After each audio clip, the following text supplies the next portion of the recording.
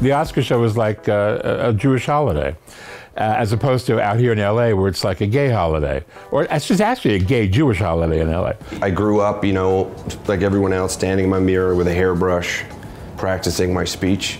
But yeah, of course I watched the Oscars. It's the Oscars, you know? I always watched the Oscars, but it was never like, hey, I'm gonna write for that one day. It just sort of happened. People at home wouldn't assume how much work actually goes into it. You know, every second of that thing is so produced. You start weeks before the awards. There's very little you can write for that show until the nominations are announced. Once the nominees are announced, it's insanity. Whether you're writing for the host or you're writing for the general script, as a comedy writer, you want it to be really funny. Before the Oscars start, during the monologue, half the people in the room are nervous, am I gonna win an Oscar?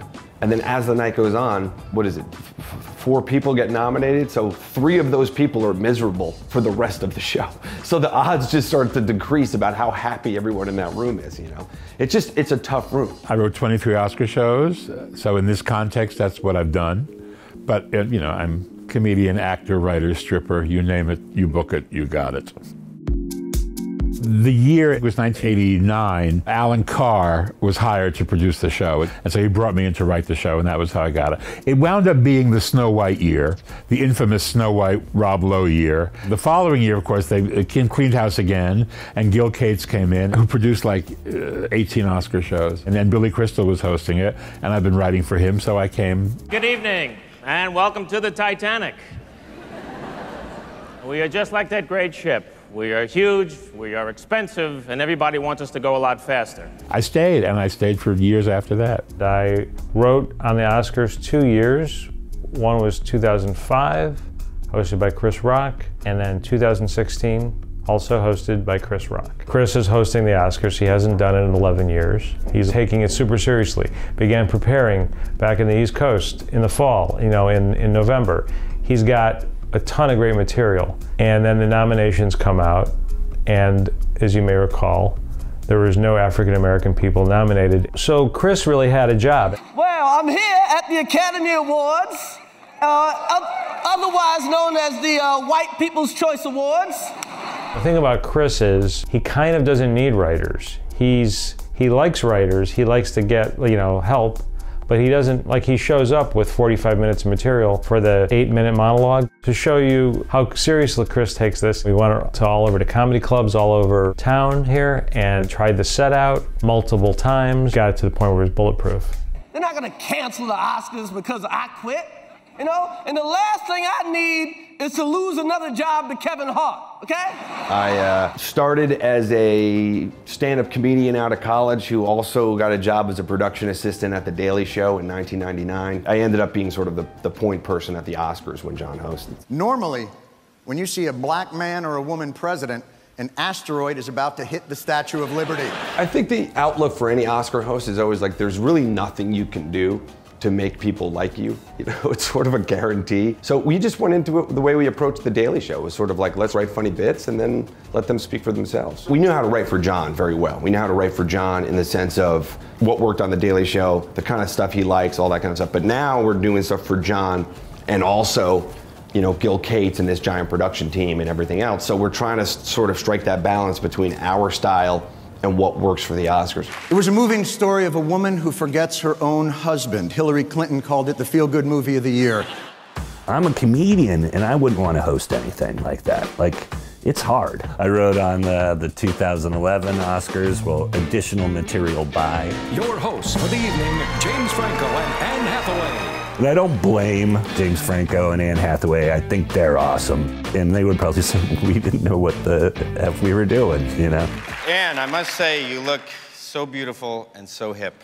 Oh, thank you, James. The harder thing is to get actors, non-comics, to deliver comedy into a microphone, like to do host jobs. And that's where I think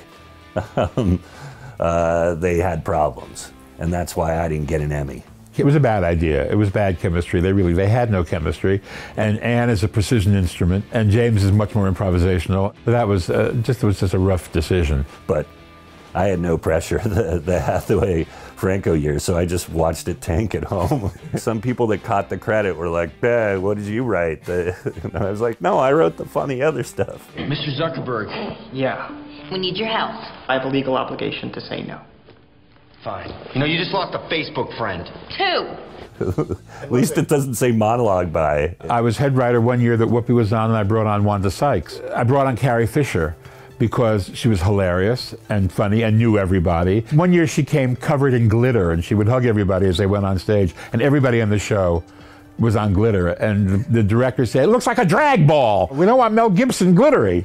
In those days, we wanted Mel Gibson. It's always weird when you're backstage at an award show because it's full of faces that you're used to seeing on movie screens. I remember going into Gil's office with one of the writers. We had this amazing idea for the open, and it was like, here's what's gonna happen. It's John, and he's on the set of a movie, and we come in with this big tracking shot, and then Sidney Pollack calls cut, and he walks over and starts giving John directions, and we had this like massive, and Gil's listening to it, and he said, "I love it. It's perfect. Not for this show, but it's perfect." So there's a lot of leftover great jokes, and we have them all in a book.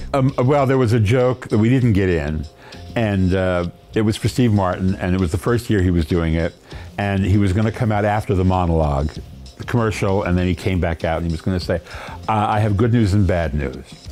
The bad news is my fly was open throughout the monologue. The good news is the camera puts on 10 pounds. I mean, standing in the wings, I thought, we better not do this. And I would be on headset and go, hey, we're going to kill this joke, or we're going to move this thing. Because, he's out there and he's getting a pretty good sense of what's working and what's not working, and we know what's coming up. Oh, another way they could show respect for the writers? Maybe one day invite some of them to the Vanity Fair Oscar party. I kind of, got addicted to that rush of writing jokes in the room and making other guys laugh, and we were just... the guys with their feet up eating junk food all day and going, hey, how about if somebody says this? Which is a job I like. You don't want to be disrespectful to the people in the room, but at the same time, the whole thing does seem kind of silly. It's a bunch of rich, famous people giving each other golden statues. So it's hard to not, want to poke fun at the whole process. But, it's a big event, and there's always negative press, always. And if you are a person who really is all about being honest and a truth-telling comedian, you're probably going to step in it sometimes. A review from the New York Times, a rave, a review from the LA Times, the worst thing ever. The writers should be subjected to capital punishment for this writing. That was actually a quote. It was the same show. So how do you know? I mean, the press is going to do what the press is going to do. You have to make it as interesting as possible, and that won't change, I don't think. I don't know if it's good or bad. It's just a thing that we have to deal with now. People being able to respond to you quicker.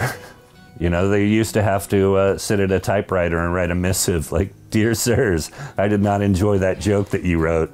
Now they can just go, "I didn't like that, frowny face, meh." It was great because there was so much controversy, and the people were amazing, and Chris was hilarious, and we were giving out awards. I've done other award shows too.